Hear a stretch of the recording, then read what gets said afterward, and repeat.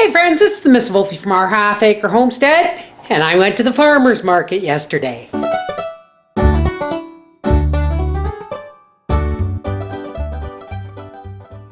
Yes, I did, and I got this nice, I believe it's a quarter or third bushel of sweet peppers.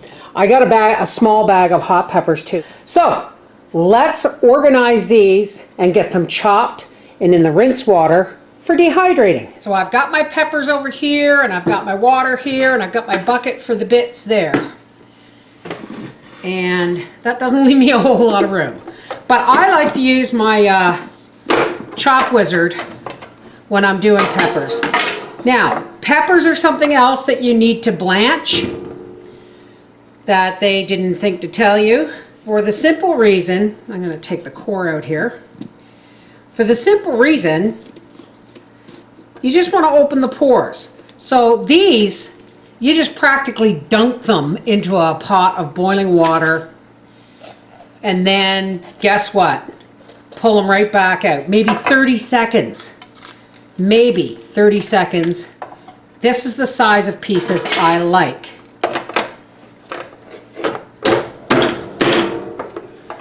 For dehydrating peppers. Now I could have gotten this many peppers a lot cheaper than I paid, but they would have all just been green peppers. And to me, green peppers are not necessarily ripe.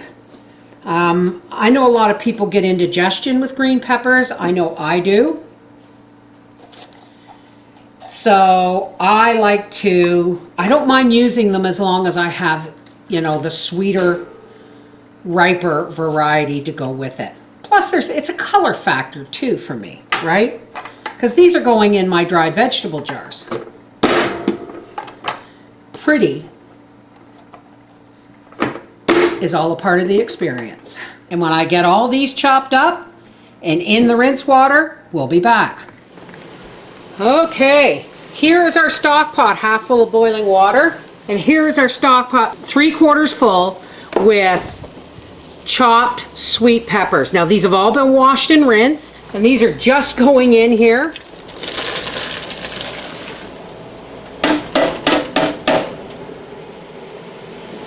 Not very long at all.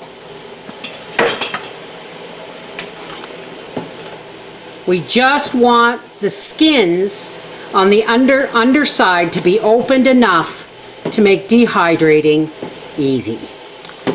So we're definitely not cooking them.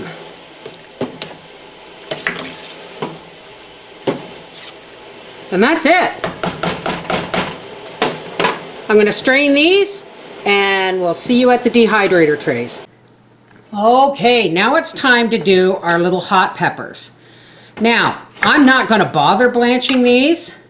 Cut these into really small pieces and put them straight on the dehydrator as is. They're very thin and the pieces are so small, but I only want a small amount for my soup mix. So that's why I've only got this many hot peppers.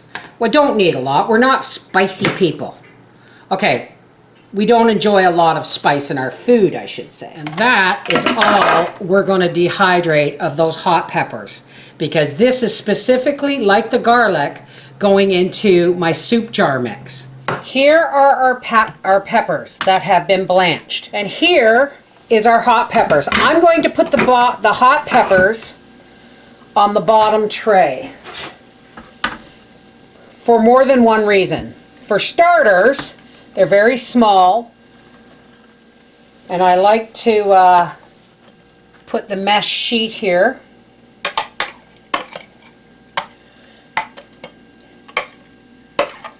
So they won't fall down through into the sweet peppers, right? It doesn't matter if a few sweet peppers fall down through into this, which we're going to try and prevent.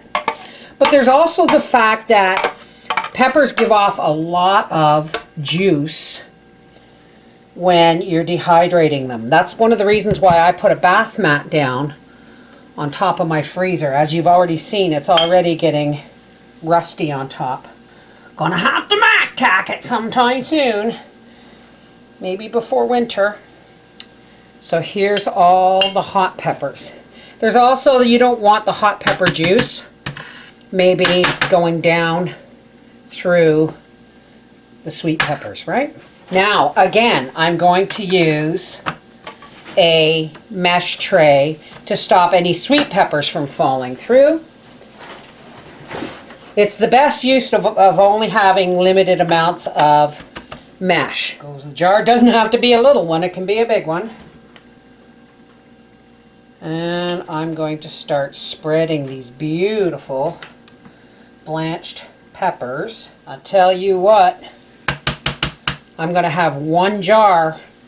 I'm going to have a lot of jars of dehydrated stuff, but I'm going to have one jar of just peppers and celery, onions and garlic and leeks as my base for all soups. And then I'll have other jars of carrots and beans and corn because, well, it's only September 3rd and it's chilly. I'm wearing slippers. And guess what's for supper? Chicken vegetable soup. Using some of my celery broth with some of my home canned chicken in broth. And a potato from the garden. And some shredded cabbage and the last carrot from the fridge and some dehydrated celery. It's gonna be good. We are soup people. And don't forget, folks, I know a lot of times it doesn't make a difference, but make sure you always wash your trays. Like run them through the dishwasher and give them a good soak. If you don't have a dishwasher, you know, throw them in the bathtub and give them a good soak with Dawn and vinegar.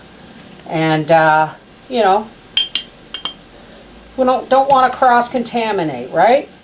I don't mind laying it extra thick on the top tray. Unless it doesn't lay. It has to lay below the rim of your tray. I got my windows open out here because I just finished the garlic this morning. And after this, I've got a 10-pound bag of onions to do. We are going to set this on. We're going to turn this on to 135 degrees for fruits and vegetables. Okay, it's been 24 hours.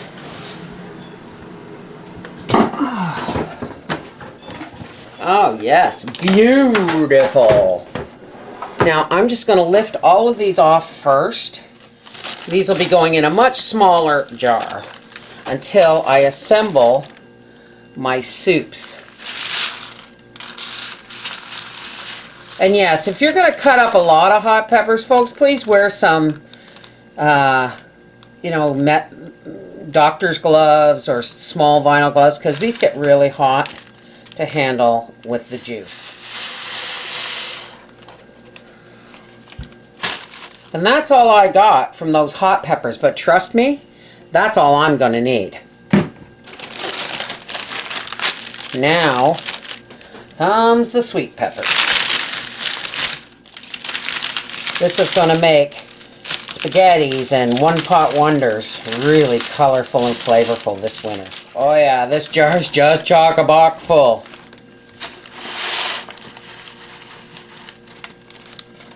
This jar is so full. Dehydrated sweet peppers and dehydrated hot peppers. I don't need a whole lot, but I still might get some more. These, I'm pretty sure that's all I'm going to need this winter. This is the Mrs. Wolfie from our half-acre homestead saying now it's time for onions before the carrots come on the market. Hey, take care, God bless. Doesn't it feel good to fill your pantry?